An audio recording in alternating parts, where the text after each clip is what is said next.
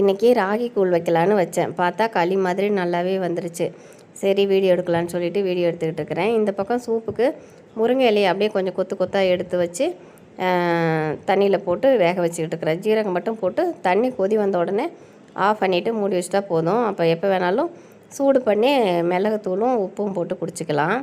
அப்புறம் இது கொஞ்சம் நிறையாவே வந்துருச்சு. சரின்னு கொஞ்சம் எடுத்து வச்சுட்டேன். அந்த களி மாதிரி மத்தியானம் குடிச்சிக்கலாம் தயிர் போட்டு அப்படின்னு சொல்லிட்டு. அப்புறம் இதை கொஞ்சம் ஆற வச்சு தயிர் போட்டு நல்லா கலக்கி சாப்பிடணும். இந்த பக்கம் வந்து எல்லாம் வேலையெல்லாம் அப்படியே இருக்குது. இன்றைக்கி காளான் கிரேவி தான் வைக்கலான்னு சொல்லிட்டு எடுத்து வச்சுருக்கிறேன். காளான் கிரேவி வச்சு சப்பாத்தி செய்யலான்னு சொல்லிட்டு எடுத்து வச்சாச்சு. இது வந்து கொஞ்சம் உப்பும் தயிரும் போட்டு கலக்கி சாப்பிட வேண்டியது தான்.